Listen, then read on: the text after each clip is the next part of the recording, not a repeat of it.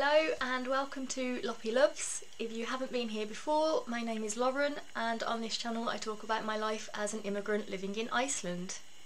And welcome to all of my autumn dreams coming true. It is officially September, which in my head makes it autumn, regardless of what the weather says. There is a storm outside, it is the first storm of the season, so if you can hear any wind in the background, I am sorry about that. This storm has kind of destroyed a lot of my crops, but I am still very happy with the weather right now. I also love this perfect autumnal dress that I bought in the second-hand shop last week, and it was so cheap. It matches my autumnal hair ribbon very well. I have my autumnal coloured butterfly necklace that I made when I was 22, I think, and a pumpkin spice chai latte in this gorgeous glass mug that I also got second hand last week or a couple of weeks ago. I got a set for, and I am obsessed with this mug. And you might have noticed that my background is different today. The wall that I normally film in front of is there, but the window is in front of me and I want to make the most of the natural light while I still have it before the winter. The lighting is still terrible as always, but it's the best I can do right now. So in today's video I am going to be telling you some of my funniest experiences with the Icelandic language over the years. There have been some times where things have been mistranslated and it's just turned into a fun experience or a funny memory, and I just wanted to share some of those times with you today. Okay, so first of all, this is something that I still struggle with. I know what the correct word or the correct phrase is meant to be, and I automatically just say the wrong thing. It's very difficult for me now to get out of the habit of saying the wrong thing, and this came from when I was learning Icelandic. One of the questions you will learn early in the Icelandic classes is "áttu börn," which I can't properly pronounce. Áttu is like do you have, börn is the word that I struggle to pronounce, and that's children, so it's do you have children. What I very often end up saying is "áttu björn," which is do you have a bear. And there was one time that I was genuinely trying to talk to someone. I can't remember where we were, but I was trying to talk to an Icelandic woman, and I did actually ask her "áttu björn," and she looked very confused for a second and then kind of laughed a little bit and then said "Já, ég á tvö börn," like I have two children. But yeah, that's still something I struggle with every time I ask that question in Icelandic. There was one time that I was going to the gym, and the gym that I use, I haven't been for a long time. I'm still paying membership, but I haven't been in a long time. But I used to go about 3 times a week to the gym here in Selfoss, and how it used to be was you would sign up for a class online, turn up and tell reception desk to sign you in so that they knew you attended the class, and then you could go through the barriers and go up to your class. If not enough people register for the class is cancelled. And in Icelandic, when a class is cancelled, it says on the website like the time fell through or the time fell down. But I went up to the receptionist one time. She was a new receptionist and didn't recognise me because a lot of them just knew who I was automatically. I told her I was there for the Zumba class and gave her my name. She looked on the computer and said I don't see a Zumba class today, and she was trying to explain to me that maybe it was cancelled or something, and I was not fully understanding what she was saying, and I just suddenly said, "Oh, tími datt niður," which is very simple, like time fall down. And she was confused for a moment and then laughed and smiled and said "Já, tími fellur niður," which was like the correct way of saying it. Fellur, not dat. Dat is like very simple, like fall, just, you know, if you fall over, like a toddler will say like dat, aye, and yeah, but she literally spoke to me like I was 3 years old. She's like, "Oh, yeah, tími fellur niður," and I was so embarrassed, but At least I understood what she said and it got the message across. I learnt a lot of my Icelandic through working in customer service, and the first Icelandic speaking customer facing job I had here was in a coffee shop in Reykjavik, and I started to speak Icelandic with a lot of the customers after about a month. And I had quite a lot of funny experiences there while I was learning, but one that sticks out to me was one time I had this elderly gentleman who was maybe in his 80s came up to me. I'd only been in Iceland a few months when I started this job, by the way, so I didn't really have a lot of Icelandic at all. He came up, he started to order something, and at the time I was taking the order in Icelandic, and then to double check I was repeating it back to them in English just to make sure that I had the order right, because I didn't want to make any mistakes, and it was helping me to learn as well. But when I did that, he looked surprised and then asked where I was from, and I said I was from England, and then he said to me in English, "Can I practice my English with you?" Which surprised me, and he was very nice. He wasn't, he wasn't rude to me or anything about me not speaking perfect Icelandic. But yeah, I said, yes, of course. And so he said that he wanted a nota með kennitölu, which is like a receipt with an ID number on it. It's usually a company ID number, for tax purposes, so you can claim the tax back on your meal or whatever you have. And I'm not sure why he would have needed one, because I feel like he was probably a bit too old to be in the workforce, but maybe he still had a company, I'm not too sure. But yeah, he wanted to give me his kennitala, which is the ID number, in English. But what actually happened was he was giving me the numbers, so it's like, I think it's 10 digits long, the kennitala, and he was telling me each number, but some of the numbers he was telling me in Icelandic, and some of them he was telling me in English, so he's mixing it up. And there was both the number 1 and the number 8 in this kennitala. However, number 1 in Icelandic is 8, and number 8 in English is 8. They sound exactly the same. And he was getting those numbers confused, and when I read it back to him to make sure it was correct, he was like, "No, not 8, 8. And I was like, what? Oh my god, I'm so sorry. And we were trying to work out which was 8 and which was 8, and we got there in the end. It was quite funny. He was not horrible about it, we both had a good laugh about it, and it was just a fun memory to look back on. I think most of my funny Icelandic memories came from the job that I had after that, which was my first job here in Selfoss, and it was working at a noodle restaurant. When I was working at the coffee shop, we would always ask people how the food was, if they had something to eat, and a lot of people would say "ógeðslega gott," which is, well, people were always happy. What I understood that to be was like very, very good, because people were always smiling and just really happy with the food whenever they said "ógeðslega gott." So I was like, that must mean really, really good, and I never even checked it because people were always happy. I never looked up the meaning of this word because it was obvious what it meant to me. However, one time when I was at the noodle place, there was, after a certain amount of time, the quality of the food went really, really down. We switched from the company that we were associated with and became our own brand, but it just wasn't a good move. The recipe changed. And a lot of people were complaining. One time, there was a man, he was the only person in the restaurant. He ordered the noodles. After a couple of minutes, I went over to him and asked him how the food is.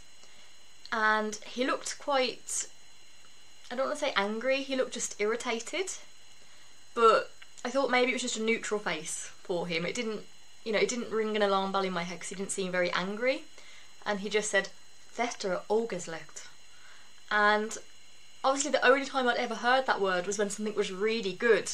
And he didn't say "ógeðslega gott," which "gott" means good. He just said "Þetta er ógeðslegt." But in my head that still means amazing, that means good. And his face didn't match what he was saying, but I just thought he had a neutral face. So what I said back was "gott að heyra," which means good to hear it, glad to hear it. And he looked shocked, stood up and stormed out of the restaurant with a full bowl of noodles on the table still. And I was like, he just said it was really good, like why has he left all his food? And I was like, what a strange man. Like, it didn't occur to me in my head that it could have been anything else. So I went home and I asked my boyfriend and his family, what does ógeðsleg mean? And they said it means disgusting. And I was like, well, why do people say ógeðsleg gott? And they said it just means disgustingly good, which just means really good when it's used in that circumstance, but not when it's just used alone. And I was like, oh right, so he hated the food, and I just said, I'm glad to hear it, and he just like left because he was so confused probably. Also at that same restaurant, a lot of people would get food to take away, and we had plastic cutlery that we'd always offer to them. We wouldn't automatically give it to them, but we would just offer if they want cutlery. Now I just learned how to say this phrase by hearing and listening to how the other staff were saying it. It was never taught to me like you say this, it was just from me listening to other people. And for a long time I was saying viltu hnív okkur, which, do you want our knife? And to me I was like, that sounds strange, but a lot of Icelandic phrases are quite strange when you translate them literally, so I was like, maybe that just is what the phrase is. So I was saying viltu hnív okkur to the customers, and some of them would kind of giggle a little bit, but I was genuinely clueless. I had no idea why people find that funny. And it was only maybe about 2 years ago, like I left that job 4 years ago, that I found out what the actual phrase is. So cutlery is hnífapör, and I was saying hnív okkur, our knife, instead of cutlery. Yeah, so that was always a fun experience. People weren't horrible about it, but some people would kind of like giggle a little bit as I said it. At the same place, there was one time where a woman and someone who I'm not sure was her daughter or granddaughter, it was a teenager that came with them, they both walked in, and I could kind of tell that they were going to be a bit of a problem as soon as they walked in. You know, they just kind of looked me up and down, didn't look happy or anything. And they ordered, well, the older one ordered a drink, and what she ordered was sjö upp, and I had never heard that. I was like, I'm sorry, and she repeated sjö upp, kind of a bit frustrated. And so I just turned around to our drinks caller, like, what the hell does she mean? And I was like, what is a sjö upp? And then as I was like kind of searching, just like improvising, I realised she meant 7 up. She translated it into Icelandic, whereas people normally just order in Icelandic just 7 up. It's just, yeah, it's an English brand name. It was the first time I ever heard sjö upp, and I've never heard anyone call it sjö up since. It was just that one time, and it confused the hell out of me. And I'm actually really curious, if you are from a non-English speaking country that sells 7 up, do you call it 7 up like the English name, or do you translate the 7 to your native language? Let me know in the comments. I have one last story from that restaurant. There was one time where it was Þjóðhátíð, which is the big music festival in the Westman Islands off the coast of South Iceland, and a lot of people just drove through the town that I live in to get there. So it was quite a quiet weekend because everyone was at the festival. But I did have a customer who came in. I was working alone. He was looking at the menu, and we literally had 3 options, you know, 3 different noodle dishes, and then he just asked what, I swear to this day, I have no idea what he said. What I heard was vínasalat, salat being salad, and I have no idea, like vína brauð is a popular kind of pastry here, but what I heard was vínasalat, and I asked him to repeat himself because I was like, I definitely misheard what he said. But no, again he said vínasalat, áttu vínasalat, and I was like, I am sorry. Asked him to repeat it a 3rd time. He was getting visibly frustrated with me, and then to the point where he was saying vínasalat, vínasalat, and I was like, I have no idea what it is. And so I just told him, no, we don't have that, we have these 3 options on the board. And then he kind of just rolled his eyes and walked out. I went home and asked my family, like, does anyone have any idea what vínasalat could be, or like anything it could have been close to in our restaurant? To this day, everyone that I have asked, because I still ask people like, do you have any idea what this could mean? No one has any clue what this guy could have meant, but I am pretty sure he was saying Vina Salat over and over again. Now these next two are a bit more explicit, so that's just a pre-warning about that. Now this first one didn't happen to me, but it happened to someone that I met at a party in my first year in Iceland. So it was another woman from England, and she was on a flight, an Icelandair flight, and wanted to show off her Icelandic that she'd been learning and wanted to use it on the flight. So she wanted to get a blanket. So what she meant to ask the air hostess is Má ég fá teppi? Teppi means blanket. What she actually said was Má ég fá tippi? Which, how do I put this in a way that is suitable for YouTube? It is a male appendage. So she apparently she asked that to the air hostess. The cabin crew member started laughing and kind of answered like, well, I can't give you that, but I can give you a blanket. Like, I would have been mortified, and I don't think I could have ever flown with Icelandair again. That happened to me. But this last one did happen to me, and it is still something that I struggle to say, quite annoyingly. So blue cheese in Icelandic is gráðaostur. What I often say is gráðaostur, which means something else entirely.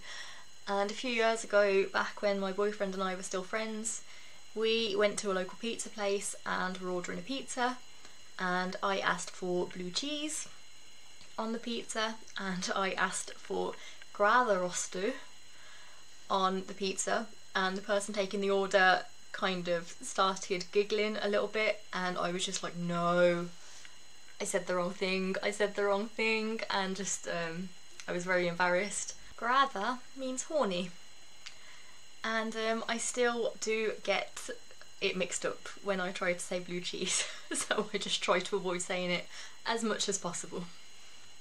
So that was it for today's video. I hope you enjoyed it, and I hope you found my embarrassment quite funny.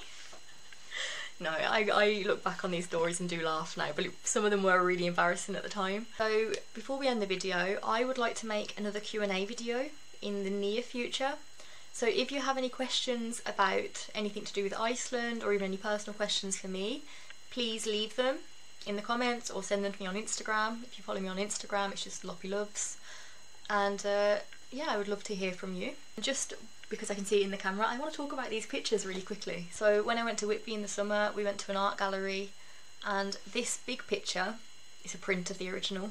The original was hanging up in the gallery, and my boyfriend was just absolutely transfixed on it. He adored this picture, and he said it just spoke to him like no other painting ever has, and he doesn't know why. You can't really see, but it's got a rabbit like staring at a carrot that's on the branch, and it's called the Hope Moon. And there wasn't any smaller prints available. It was only this size print, which it looks quite small in the camera, but it is a decent sized print, and it's framed in like a glass frame, and we just couldn't bring it back with us to Iceland because it wouldn't fit in our case. So what I did was I ordered it and sent it to my mum, because I was going to visit the week after in Birmingham, and I brought it back in my suitcase, and it just about fit, thank God, and it didn't get damaged on the way. And I gave it to him for his birthday yesterday. He was very surprised. And then that is another picture in the same series. It's a much smaller print that we did buy in Whitby and brought back with us, because it's not framed or anything, it's just a cardboard print, but they're so pretty. They're so nice. And yeah, I just wanted to mention them just because they were in the camera. So that is it for today's video. Let me know if you have had any similar funny experiences with speaking another language. I would like to know that I'm not alone. If you enjoyed this video, please like it, leave a comment below, subscribe if you haven't already, and I will see you in the next video. Have a great week. Bye!